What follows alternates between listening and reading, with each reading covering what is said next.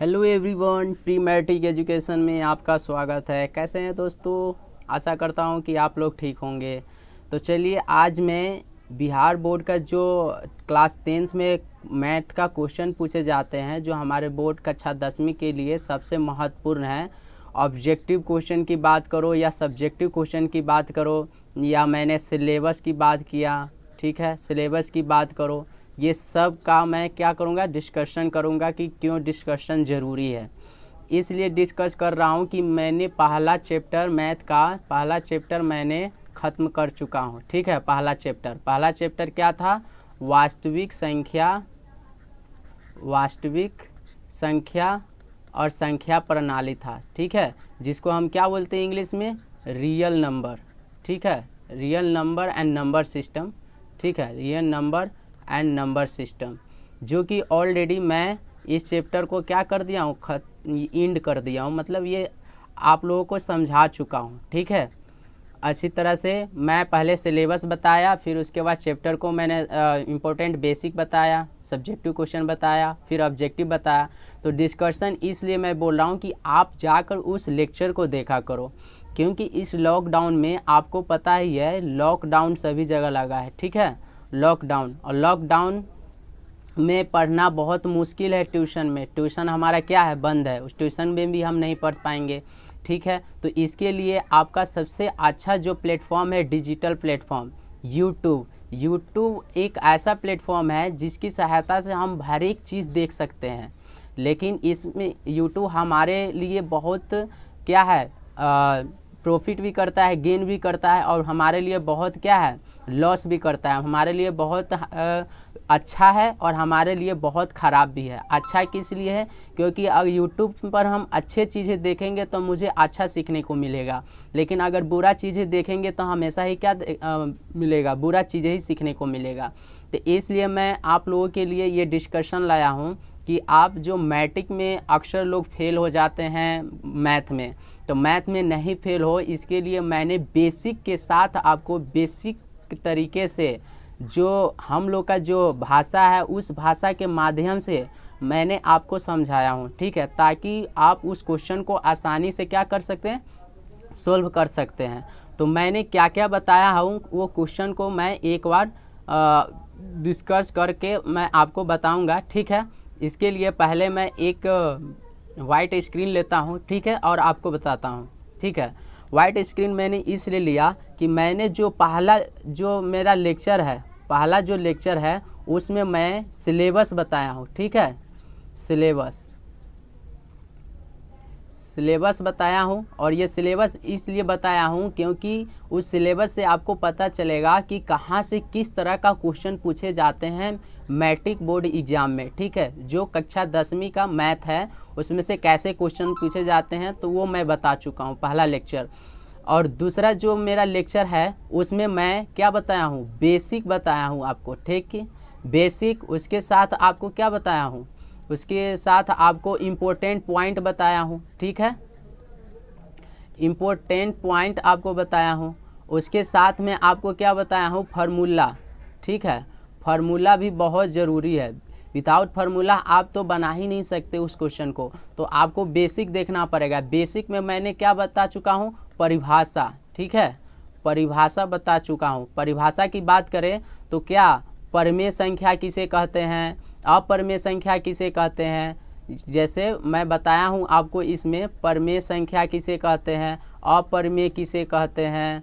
ठीक है, ये आपका क्या है, ये सब बेसिक है। पूर्ण संख्या क्या होता है, क्या प्राकृत संख्या क्या होता है।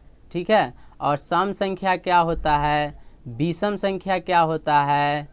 ठीक है, भाज्य संख्या क्या होता है, अभाज्य संख्या क्या होता है, अभाज्य संख्या क्या होता है, और भी सारे हैं। लेमा किसे कहते हैं। ठीक है, एल्गोरिदम क्या होता है, एल्गोरिदम क्या होता है, ये मैं बता रखा हूँ। उसके बाद क्या होता है, बहुत सारी ऐसी संख्या मैं बता चुका हूँ। अभाज्य संख्या किसे कहते हैं, अभाज्य संख्या। ठीक है, अभाज्य, ये सब मैं बता चुका हूँ आपको बेसिक, ये इसका परिभाषा। इम्पोर्टेंट पॉइंट की बात करूँ तो कभी कभी नहीं पूछते हैं कि दो परमेय संख्याओं का सम क्या होगा, एक अपरमेय एक परमेय संख्या का सम क्या होगा। इस तरह के इम्पोर्टेंट पॉइंट बहुत सारे हैं जो मैं बता चुका हूँ। फार्मूला की बात करें तो मस गुने लस क्या होता है, ठीक है, मस गुने लस बराबर क्या होता है। ये सारे तरीके की जितने भी है ना, ये लेक्चर 2 में मैं बता चुका हूँ। इसे आप देखेंगे तो आपको समझ में आएगा कि हम क्वेश्चन को कैसे अटेम्प्ट करेंगे। ऐसा पढ़ाया हूँ ना कि आपको ट्यूशन पढ़ने की ज़रूरत नहीं पड़ेगा, आप इससे आसानी से सीख सकते हैं इस लेक्चर को देखेंगे तो, ठीक है। और मैं तीसरे लेक्चर की बात करूँ, ये तीसरा जो लेक्चर है ना, इसमें मैं सब्जेक्टिव बताया हूँ, ठीक है, सब्जेक्टिव क्वेश्चन बताया हूँ। सब्जेक्टिव क्वेश्चन का मतलब हो गया कि मैं हर एक क्वेश्चन को बना कर दिखाया हूँ कि हाँ एग्ज़ाम में कैसे क्वेश्चन बनाते हैं।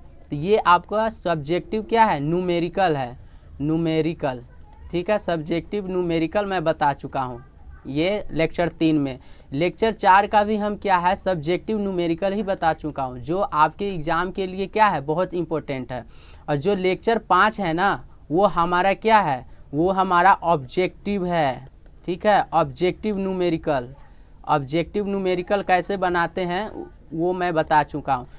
ऑब्जेक्टिव न्यूमेरिकल कब बनेगा, जब आप लेक्चर 2 देखेंगे। लेक्चर 2 ही है पूरा सब्जेक्टिव और न्यूमेरिकल या ऑब्जेक्टिव न्यूमेरिकल का आप बना सकते हैं जब आप लेक्चर 2 देखेंगे। तो इस तरह मैंने 5 लेक्चर आपको बता चुका हूँ। ये 5 लेक्चर में आपका क्या होता है, मेरा मैथ का, मैट्रिक के मैथ का क्या होता है, 10th मैथ का क्या होता है, आपका पहला चैप्टर जो होता है, चैप्टर आपका क्या हो गया, इंड हो गया। पहला चैप्टर आपका यहाँ पे इंड होता है, ठीक है। इसी तरह लेक्चर हम इंड कर दिए आपका। और जो एक प्रीव्यू जो दिखा रहा हूँ, क्या क्या मैंने बता रखा हूँ, तो चलिए वो प्रीव्यू पहले मैं बता देता हूँ, ठीक है।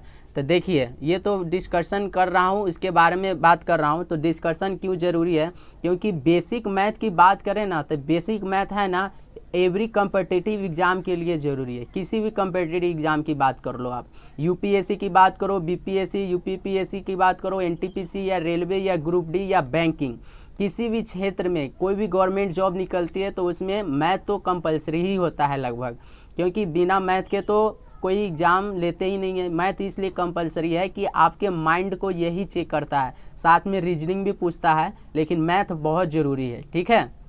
तो चलिए एक प्रीव्यू बता देता हूँ कि मैंने क्या क्या बताया। पहला जो मेरा लेक्चर है ये क्या है, सिलेबस है, मैथ का सिलेबस, बिहार बोर्ड 10th का सिलेबस है, ठीक है, जिसमें ऑब्जेक्टिव सब्जेक्टिव सभी क्वेश्चन में लेक्चर बाई लेक्चर में बताया हूँ। तो चलिए बताता हूँ सिलेबस। सिलेबस में ये मैं बता रखा हूँ, देखिए ये सारे सिलेबस है, ठीक है। ये पहला लेक्चर आपका इंड हो गया। दूसरा लेक्चर आपका ये मैं बताया हूँ रियल नंबर सिस्टम, जो मैट्रिक में है पूछे जाते हैं, संख्या, वास्तविक संख्या और संख्या प्रणाली। किसी भी बोर्ड की बात करो जो आप 10th में हैं तो कक्षा 10वीं के लिए सबसे क्या है, इम्पोर्टेंट है। तो चलिए क्या बता रखा हूँ, देखिए पूर्णांक संख्या, प्रकृति संख्या, पूर्ण संख्या किसे कहते हैं, ये सब, सम संख्या, विषम संख्या, भाज्य संख्या, अभाज्य संख्या, ये परिमेय अपरिमेय, असहभाज्य और एल्गोरिदम, लेमा, ये सब बता चुका है इंपॉर्टेंट पॉइंट। ये सब मसय ये सब आपको देखना पड़ेगा। ये तो दूसरा लेक्चर ख़त्म हो गया, ये तीसरे लेक्चर पर मैं आता हूँ, ठीक है। तीसरा लेक्चर क्या है, मैं सब्जेक्टिव न्यूमेरिकल बताया हूँ, ठीक है। तो ये आपका न्यूमेरिकल सब्जेक्टिव है। तो देखिए इस तरह के क्वेश्चन पूछे जाते हैं सब्जेक्टिव। तो ये क्वेश्चन मैं बनाकर आपको क्या किया हूँ, दिखा चुका हूँ, ठीक है। तो इस तरह से बहुत सारे क्वेश्चन यूक्लिडियन एल्गोरिथम के प्रयोग से मसय निकालें, ये बनाने का तरीका बताया हूँ। अभाज्य गुणनखंड कैसे निकालते हैं ये बताया हूँ। अभाज्य गुणनखंड की सहायता से मसय और लसय कैसे निकालते हैं। ये दशमलव प्रसार कैसे निकालते हैं, दशमलव प्रसार शांत या अशांत कैसे होता है, ये निकाले हैं। अब ये भी बताया है कि सिद्ध करें कि रूट पी एक अपरिमेय संख्या है। अगर रूट पी के जगह पर कोई भी संख्या है, 2 है, 3 है, 5 है, 7 है, तो किसी भी संख्या के लिए आप क्या कर सकते हैं, सिद्ध कर सकते हैं। एक अगर आप रूट पी का जानते हैं तो आप इस क्वेश्चन को भी बना सकते हैं। चलिए ये भी सिद्ध करने का तरीका बता चुका हूँ। 5 माइनस रूट 3 एक अपरिमेय संख्या है, तो ये आपको पता हो गया। तो आप प्लस वाला भी बना सकते हैं, कोई भी संख्या हो इस तरह का तो ये आप बना सकते हैं। दूसरा विधि हुआ। ये तीसरा, अब देखिए ये तीसरा लेक्चर तो आपका ख़त्म हो गया, उसी में मैं सब बता चुका हूँ। ये 5वां लेक्चर ऑब्जेक्टिव क्वेश्चन जो होता है मैथ का, ठीक है, वो मैं बताया हूँ जो कक्षा 10वीं के लिए बहुत ज़रूरी है, क्या क्या इम्पोर्टेंट है। तो चलिए, ये 1 से 50 तक क्वेश्चन है, 50+ क्वेश्चन है, ठीक है, इसमें 50+ क्वेश्चन है, ठीक है। और आपको पता है बिहार बोर्ड में 60 क्वेश्चन देते हैं ऑब्जेक्टिव का, जिसमें 50 क्वेश्चन बनाने रहते हैं। अगर 50 में 50 आप बना देते हैं ना तो आपका 50 नंबर मिलता है, क्योंकि ये क्वेश्चन 1 के बराबर होता है। अगर एक क्वेश्चन गलत हुआ तो 0 नंबर मिलेगा। इस तरह आप 50 बना देते हैं तो आपका परसेंटेज क्या होगा, परसेंटेज आपका बढ़ जाएगा, नंबर बढ़ जाएगा, ठीक है। तो ये देखिए कैसे क्वेश्चन बना है, ये सारे क्वेश्चन हैं। ये आप जाके लेक्चर देखा करो, आप उस लेक्चर को देखेंगे तो सब अच्छे से बना सकते हैं। देखिए ये सारी संख्या मैं ऑब्जेक्टिव क्वेश्चन कैसे बनाता है ये सब सोल्व करके मैं बता चुका हूँ, ठीक है। इसमें 50+ क्वेश्चन है, कैसे बनाते हैं ये सब तरीका मैं बता चुका हूँ, ठीक है। तो आप जाके उस लेक्चर को देखें और आपको अच्छा लगेगा तो नेक्स्ट लेक्चर जो मैं बहुलक स्टार्ट करूँगा, ठीक है। तो बिहार बोर्ड के मैथ का जो दूसरा चैप्टर है बहुलक है, तो इसमें भी बहुलक का क्या करेंगे, पहले बेसिक बताऊंगा आपको, ठीक है, बेसिक। फिर उसके बाद क्या करेंगे, इम्पोर्टेंट पॉइंट बताएंगे। फिर उसके बाद सब्जेक्टिव क्वेश्चन बताएंगे, ठीक है। फिर उसके बाद क्या बताएंगे, ऑब्जेक्टिव क्वेश्चन। और उसके बाद ये आपका सेकेंड चैप्टर भी एंड हो जाएगा। ऐसे ही हर एक चैप्टर को ऐसे ही मैं बनाऊंगा, ठीक है, ताकि आपको आसानी से समझ में आ सके। तो थैंक यू दोस्तों एंड टेक केयर। आप अपना सेफ्टी बनाए रखें, क्योंकि इस लॉकडाउन में और इस कोरोना वायरस में तो आपको पता ही है कि लोगों का कैसा हालत ख़राब है। तो आप घर पे बैठे और हमारा लेक्चर देखें और अच्छे से पढ़ें। थैंक यू, धन्यवाद एंड टेक केयर।